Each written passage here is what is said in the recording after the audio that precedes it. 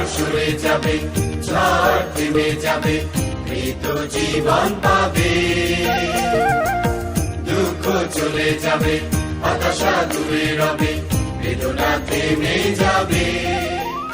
মুক্তিদাতা প্রভু যীশু খ্রিস্টের সুমধুর নামে আন্তরিক অভিবাদন। মথিলিখিত সুসমাচার 6 অধ্যায় 13 পদে লেখা আছে, আর আমাদিগকে পরীক্ষাতে আনিও না, কিন্তু মন্দ হইতে রক্ষা করো। শয়তানের দ্বারা পরীক্ষিত হয়ে মানুষ পাপে পতিত হয়েছে। আবার পরীক্ষা মানুষের ব্যক্তিত্ব, কার্য এবং গুণকে ঐশ্বরিক ব্যবস্থা অনুসারে পরিমাপ করে থাকে। পাপ মানুষের আত্মাকে খোকলা বানিয়ে তুলেছে এবং ঈশ্বরের সম্মুখে তার কার্যকে নিরর্থক করে তোলে।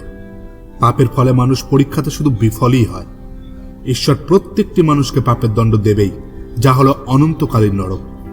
মানুষ দুর্বল, সে কারণেই পাপের সম্মুখীন হয়ে তার উপর বিজয় পেতে কখনোই পারে না। কিন্তু যে ব্যক্তি প্রভু যীশু খ্রিস্টতে বিশ্বাস করে, সে পাপজনিত সকল পরীক্ষা ও দণ্ড থেকে রক্ষা পায়, কারণ তিনি প্রত্যেক পাপীর পাপের দণ্ডকে নিজের উপরে তুলে নিয়েছেন এবং মুক্তির পথ প্রস্তুত করেছেন নিজ জীবনকে দিয়ে। এই বাক্য বুঝতে ঈশ্বর আপনাকে অনুগ্রহ করুন। ধন্যবাদ। যদি ভালোবাসি আমার যিশুকে, যদি ভালোবাসি প্রিয় যিশুকে, যদি ভালোবাসি আমার যিশুকে, যদি ভালোবাসি প্রিয় যিশুকে।